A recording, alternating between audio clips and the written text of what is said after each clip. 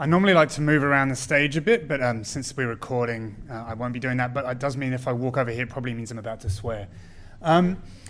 So today we've had a lot of presentations about electricity. I thought I'd talk about jam instead because it's far more interesting and we all eat it. Unless you're on a diet and you're one of those sugar-free ones. So I just want to sort of start with jam as a bit of an analogy. I'm going to talk about it later because it is one of my favorite economics experiments is related to jam. So that's why I'm going to come to it later. What I'm really relieved to see is how far the debate has come, and I really want to thank ECA for really pushing it forward. I think the first one I came to several years ago was very much my example of, you talk to some of the regulators in the energy sector, and I feel like it was very much, don't let the data get in the way of a good theory. And we seem to have moved on a little bit from that. We're actually starting to talk in the more real world about how people consume. One of the things that does worry me is we're still talking about people's access to electricity data as if that's what people are consuming. So the first thing I want to say is if we're just starting with that simple analogy, if you look on the left-hand side and you try and pick up which jam you're wanting to buy, you have no idea. That's your list of ingredients. On the right-hand side, we have a slightly easier example there. And I think we've actually got some pretty similar examples with my electricity bill. Unfortunately, people will now see who I'm buying my electricity off if you are an expert in the sector. So this is the main part of the bill, meter A2176937E1 all-day usage, quantity 77 kilowatt hours. Great. I disagree with you. I think nobody wants to know what a kilowatt hour is. They don't want to know that. But they do also provide this, which is incredibly useful, and I am mainly putting this up to just show off.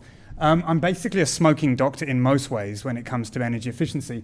But this is an incredibly useful thing from my bill, and it shows that for an average two-person household, it's 11.5 kilowatt hours per day.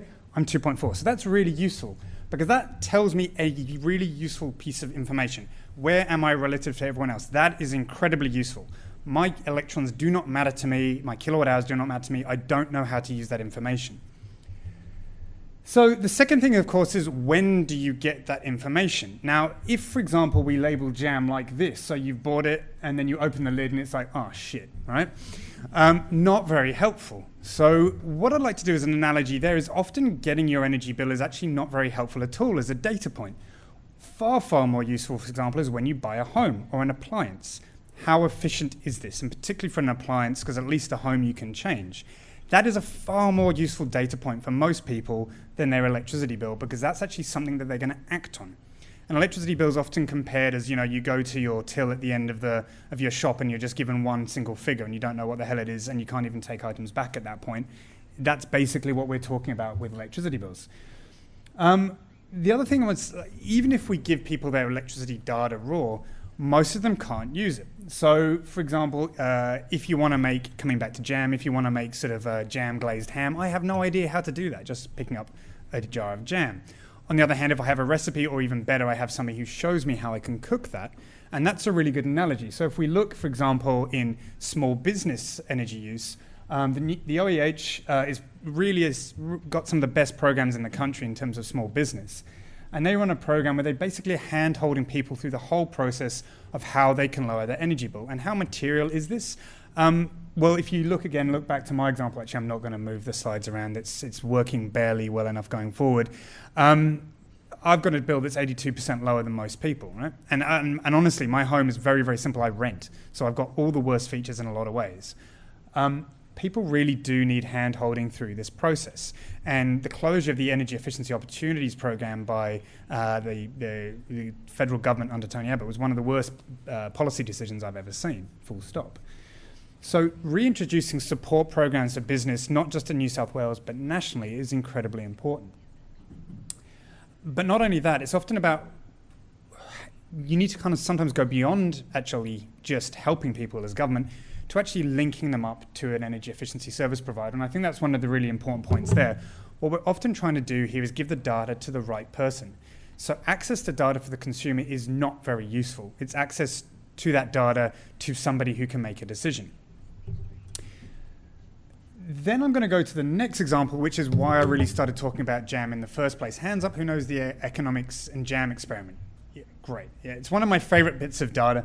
What you do is you set up two stalls in a shopping center or a church fete. They've done it 1,000 times. And what you do is you sell 3 types of jam on one stall and 20 types of jam on the other. And the one where you sell 3 jams, you don't get very many people tasting them. but you sell about sort of 12% of customers that walk past buy it. On the other hand, these ones, you get a very high level of people tasting them, but they get overload of the information. They just cannot make a decision. And so if you can get a very high rate of people stopping to taste the jam, you get 2% of jam purchases. That's one of the studies. They vary, but roughly those are the sort of proportions we're getting. Between about 30% of people actually who stop tasting the jam to just an absolute fraction of people, because they're basically given too much information. It's really why I think the power of choice is probably the worst name report I've ever seen in my life. So that's why building standards, for example, or appliance standards are incredibly important. Think of it as the equivalent of the government kind of looking at the range of flavors of jam and saying, yeah, sure, blackberry, blueberry, raspberry, those are all reasonable flavors. Maybe we shouldn't let people sell the arsenic flavored jam. Maybe that's a good idea.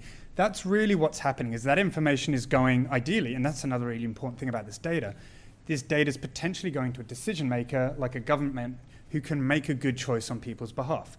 Now, you do need to be careful with this. I might think the idea of selling banana and anchovy flavored jam is repulsive, but somebody might really want that. So we do need to be careful about which options we cut out, but there's an incredibly important role there for minimum standards for appliances, buildings, and in particular vehicles. We are the only developed country in the world that doesn't have minimum standards for vehicles, and the cost to the economy and to consumers has been tens of millions of dollars over the last 20 years that we haven't had them while they've been in place everywhere else. And finally, sometimes you don't get to choose which jam you're using. Sometimes your parent does it for you, right? So we've got to remember that electricity networks and other parties are making a huge amount of decisions on behalf of consumers, and no matter how much data we give to consumers or third parties, there's not going to be any impact on the decision. So that really comes back to the importance of energy market rules and reforms and making sure the economic incentives, there you go, the economic incentives for networks are absolutely spot on. So really the story, I think, just to sort of close with, is that obviously I like jam, but secondly, we need to be really mindful that when people buy jam, they're not buying the glass jar. They're buying the jam that's inside it. We're not really, as consumers, eating electricity. We're using electricity to deliver services. So when we think about the range of information we need to give people and the way that we need to help them make decisions, or other people make decisions on their behalf, we need to remember that that's the range of decisions we're really working with. Thanks.